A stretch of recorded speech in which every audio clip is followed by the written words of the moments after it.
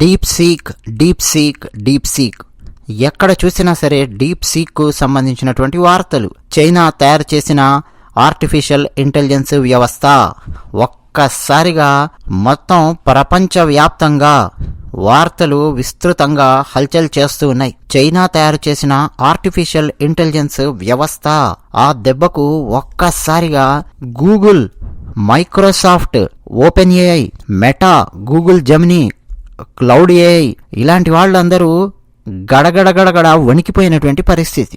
ఎందుకు ఆ పరిస్థితి అని చెప్పి అంటే ఒక్కసారిగా అండి మార్కెట్ లోపలికి DeepSeek artificial intelligence model R1ని ఆవిష్కరించి బయటికి వదిలారు. ఆ దెబ్బకు డొనాల్డ్ ట్రంప్ కూడా దానికి సంబంధించి ఒక చర్చ పెట్టి అమెరికాలో ఉండే టెక్ కంపెనీస్ యాజమాన్యాలన్నింటినీ తూర్పారబట్టిన పరిస్థితి.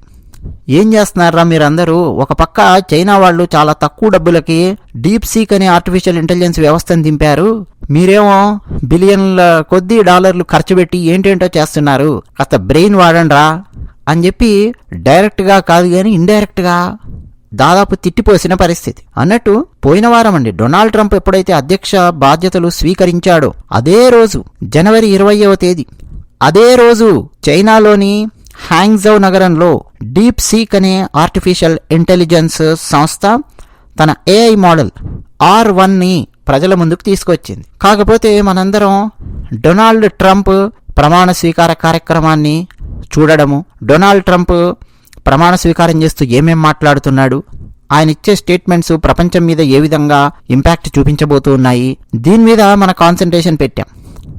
మనమనే కాదు దాదాపు అన్ని దేశాలు కూడా కదా. అమెరికా అధ్యక్షుడు డొనాల్డ్ ట్రంప్ వస్తున్నాడంటే ఏమేం చెప్తాడు, మన దేశం మీద ఇంపాక్ట్ ఎలా పడుతుంది, ఏమేమి బాంబులు వేలుస్తాడు తన ఉపన్యాసంలో, ఇదే ఆలోచిస్తూ ఉన్నాం. కానీ అదే రోజు ఆర్టిఫిషియల్ ఇంటెలిజెన్స్ డీప్ సీక్ ప్రజల ముందుకు వచ్చింది. ఆ విషయం అంతగా అర్థం కాలేదు జనాలకి, అసలు అది విడుదలైన విషయం కూడా తెలియదు. కానీ వితిన్ 1 వీక్ అండి యాప్ స్టోర్లో దాని డౌన్లోడ్స్ యొక్క సంఖ్య చూసి అమెరికాలో ఉండే పెద్ద పెద్ద కంపెనీలకు చెమటలు పడుతున్నటువంటి పరిస్థితి. పెద్ద కంపెనీల యొక్క షేర్లు అత్యంత దారుణంగా పతనం అవుతున్నటువంటి పరిస్థితి. ఏంటి ఆ డీప్ సీక్ ఒక్కసారి చూద్దాం. యాప్ స్టోర్లో అండి చాట్ జీపీటీని దాటేసినటువంటి హైయెస్ట్ డౌన్లోడ్స్ సొంతం చేసుకున్న ఫ్రీ యాప్ అలా నిలబడింది ఈ డీప్ సీక్. దీన్ని అభివృద్ధి చేసిన వ్యక్తి పేరు లియాంగ్ వెన్ఫెంగ్, వయస్సు 40 సంవత్సరాలు.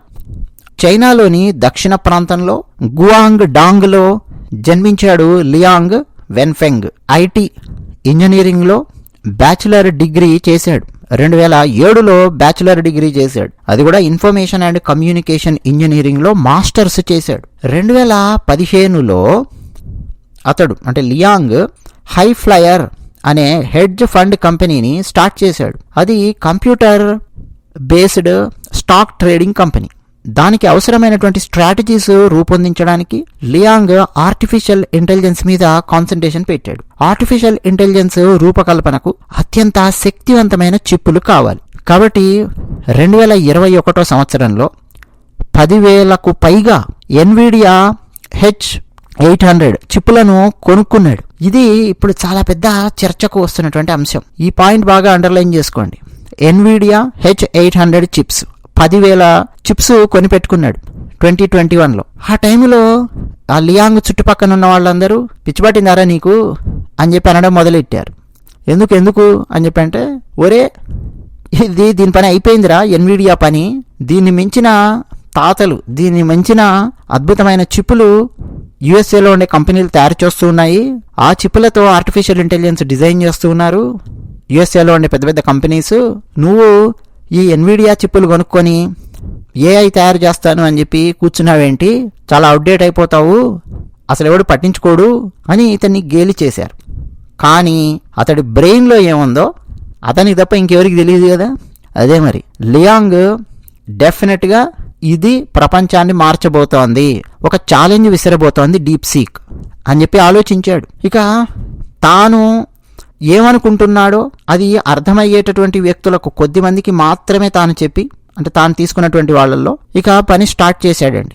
ఇంత చేస్తే కంపెనీని, ఈ డీప్ సీక్ కంపెనీని 2023 మే నెలలో స్టార్ట్ చేశాడు. అంటే 2 సంవత్సరాలు కూడా ఇంకా పూర్తిగా కాలేదు. ఈ లియాంగ్ విషయానికి వస్తే ఆ deep seek కోడర్, language learning model, deep seek V2, deep seek కోడర్ V2 ఇట్లా ఎన్నెన్నో మోడల్స్ డెవలప్ చేశాడు. 2025 జనవరి 10న డీప్ సీక్ V3ని విడుదల చేశాడు. దానికి కొనసాగింపుగా అండి లాజిక్ తో కూడినటువంటి అత్యంత సంక్లిష్టమైన క్వశ్చన్స్ కు కూడా సమాధానాలు చెప్పే డీప్ సీక్ AI మోడల్ R1ను జనవరి 20న ప్రజల ముందుకు తీసుకొని వచ్చాడు. ఓపెన్ AI సంస్థ చాట్ జీపీటీని డెవలప్ చేయడానికి $10 కోట్ల దాకా ఖర్చు పెట్టింది. మన ఇండియన్ కరెన్సీలో 865 కోట్ల రూపాయలు ఖర్చు పెట్టిందండి చాట్ జీపీటీని డెవలప్ చేయడానికి. ఇప్పుడు చాట్ జీపీటీ అని చెప్పి మనం వాడుతున్నామే ఓపెన్ ఏఐది, దాని డెవలప్మెంట్కి $10 కోట్ల ఖర్చు అయ్యింది. బట్ లియాంగ్కు డీప్ సీక్ ఆర్టిఫిషియల్ ఇంటెలిజెన్స్ను డెవలప్ చేయడానికి జస్ట్ $60 లక్షల మాత్రమే ఖర్చు అయింది. అంటే ఇండియన్ కరెన్సీలో 52 కోట్ల రూపాయలు మాత్రమే ఖర్చు అయ్యింది.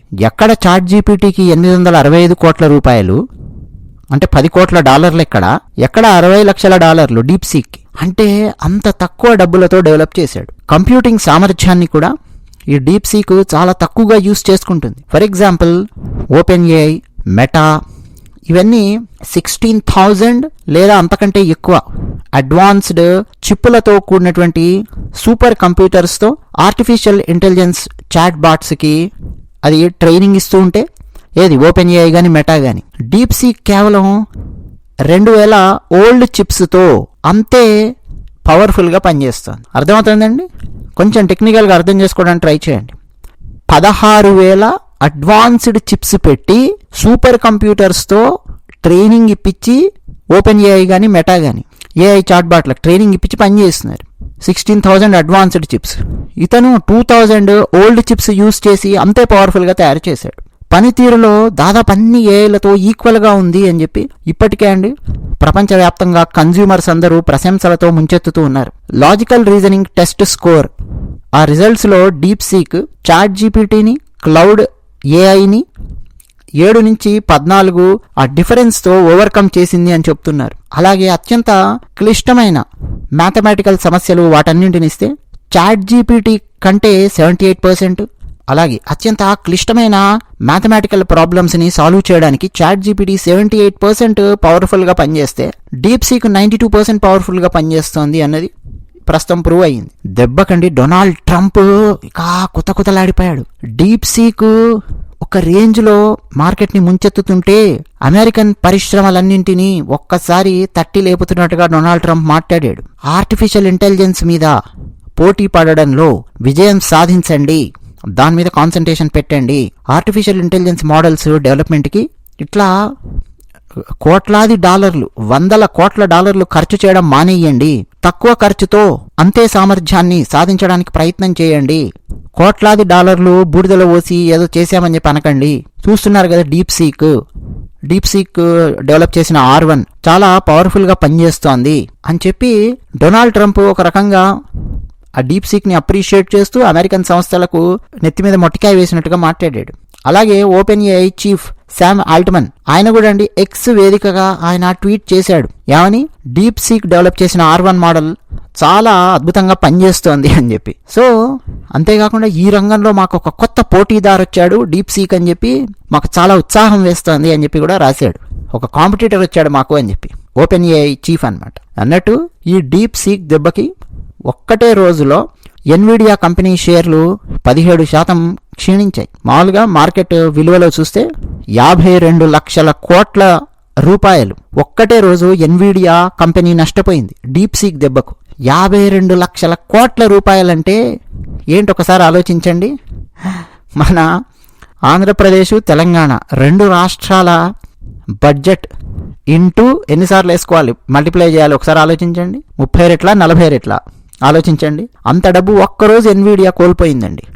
ఇంకా ఆ ఎన్విడియా కంపెనీ కోఫౌండర్ ఉన్నాడు జెన్సన్ హువాంగ్ అని చెప్పి, అతని ఆస్తుల ఓవరాల్ వాల్యూ 1.74 lakh crores తరిగిపోయింది. అంటే మొత్తం ఆయన ఆస్తిలో 20% ఎగిరిపోయింది. 20% ఆస్తి ఒక్క రోజులో ఎగిరిపోయింది. డీప్ సీక్ దెబ్బ అండి.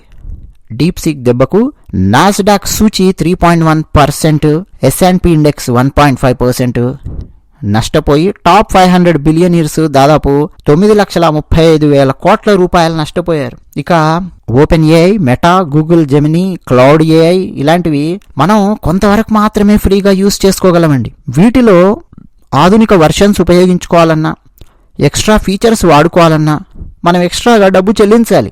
ఓపెన్ ఏఐకి కానీ, మెటాకి కానీ, గూగుల్ జెమినీకి కానీ, క్లౌడ్ ఏఐకి కానీ. కానీ డీప్సీక్ తన ఆర్టిఫిషియల్ ఇంటెలిజెన్స్ మోడల్స్ను ఓపెన్ సోర్స్ విధానంలో అందరికీ అందుబాటులోకి తీసుకొని వచ్చింది. అంటే సాఫ్ట్వేర్ ఇంజనీర్స్ వాళ్ళు కూడా ఏపీఐస్ వాళ్ళు డెవలప్ చేసుకోవచ్చు. ఏపీఐస్ కూడా అంటే చాలా ఈజీగా ఉంది, ఇది ఫ్రీగా అందుబాటులో ఉంది. ఇది ఇక కస్టమర్స్ దీన్ని ఫ్రీగా వాడుకోవడమే కాదండి, వ్యాపార సంస్థలు అలాగే రీసెర్చ్ చేసేవాళ్ళు డీప్సీక్ కోడ్ను తమ అవసరాలకు అనుగుణంగా మార్చుకోవడానికి కూడా వీలుంది. ఓపెన్ ఏఐస్ ఇచ్చేస్తుంది. రకరకాల అప్లికేషన్స్తో హ్యాండ్ షేక్ చేయించడానికి కూడా ఓపెన్ ఏఐస్ చాలా ఫ్లెక్సిబుల్గా ఇస్తుంది డీప్సీక్.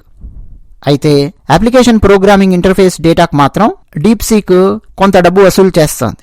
అయితే వేరే ఆర్టిఫిషియల్ ఇంటెలిజెన్స్తో పోలిస్తే మాత్రం తక్కువ డబ్బే వసూలు చేస్తుంది అప్లికేషన్ ప్రోగ్రామింగ్ ఇంటర్ఫేస్ ఆ డేటాకు సంబంధించి. అయితే డీప్సీక్ యాప్ ఇప్పటికే అండి కోట్లాది మంది డౌన్లోడ్స్ చేసుకోవడంతో సర్వర్స్ మొత్తం స్తంభించిపోతున్నటువంటి పరిస్థితి. ఇది ఎలా ఉందంటే, అప్పుడెప్పుడో 70sలో బ్రూస్లీ సినిమా గనక రిలీజ్ అయితే యుఎస్ఏలో ఊహించనంత ట్రాఫిక్ జాములు అయిపోయి రోడ్ల మీద జనాలు వచ్చి పోలీసులు కంట్రోల్ చేయలేని పరిస్థితి వచ్చి, ఏది ఒక థియేటర్ దగ్గర కాదు మొత్తం ఊరంతా అటువంటి పరిస్థితి అనమాట బ్రూస్లీ సినిమా రిలీజ్ అయినప్పుడు. సో అది గుర్తొస్తుందండి సిచ్యువేషన్. సో వరల్డ్లో ఏ విషయం అడిగినా చెప్పే డీప్ సీక్ ఏఐ చైనాకు సంబంధించిన విషయాలు, చైనా దేశాన్ని ఇబ్బంది పెట్టే విషయాలు అడిగితే మాత్రం చెప్పదు. టియామెన్ స్క్వేర్ గురించి కానీ, అరుణాచల్ ప్రదేశ్ గురించి కానీ, అలాగే వాళ్ళ అధినేత జిన్పింగ్ అతను ఒక నియంత్రణ అని అడిగే ప్రశ్నకు కానీ, తైవాన్ దేశానికి సంబంధించిన ప్రశ్నకు కానీ, ఇట్లా ఇబ్బందికరమైనవి చైనా దేశాన్ని